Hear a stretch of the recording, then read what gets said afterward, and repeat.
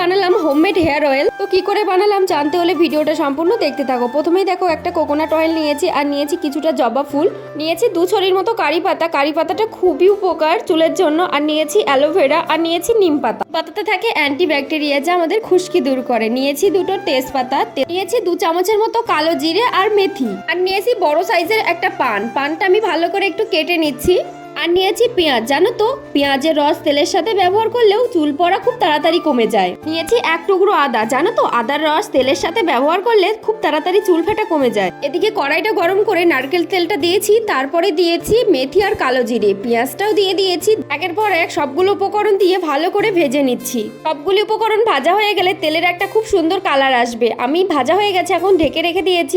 আর তারপর ঠান্ডা করে ছেঁকে নিয়েছি। দেখো একটা প্লাস্টিকের বোতল নিয়েছি, বোতলের মধ্যে তেলটা ঢেলে এখন রেখে দেবো। এখন এই তেলটা ব্যবহার করার জন্য একদম উপযুক্ত। আমি এই তেলটা ব্যবহার করে খুবই উপকার পেয়েছি। তোমরাও এই তেলটা একবার হলেও বানিয়ে দেখো, খুবই উপকার পাবে।